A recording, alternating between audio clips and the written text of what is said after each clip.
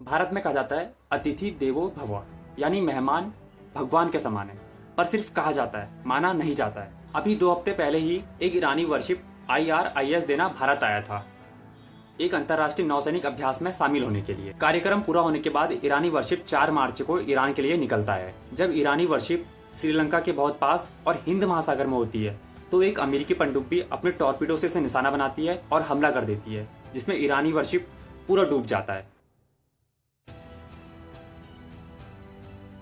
इस पूरे ईरानी वर्शिप में 180 लोग सवार थे, जिसमें से 87 लोगों की ऑन द स्पॉट डेथ हो गई और 32 लोगों को बचाया गया और 61 लोग अभी भी लापता हैं। यहाँ चौंकाने वाली बात यह है कि हिंद महासागर इंडिया का इन्फ्लुएंस वाला एरिया है, यानी वो ईरानी वर्शिप हमारे इलाके में था। उसके बाद भी अमेरिका हमारे इलाके में आता है, हमारे मेहमानों को उड़ाता है और चला जाता है।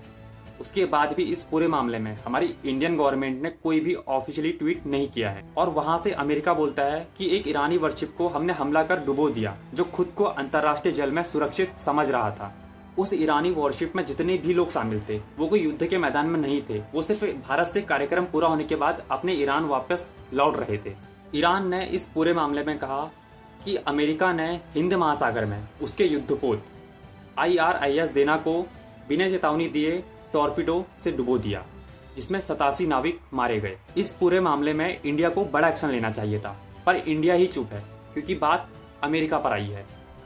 In the Indian Ocean, and we'll play it on the screen there, an American submarine sunk an Iranian warship that thought it was safe in international waters.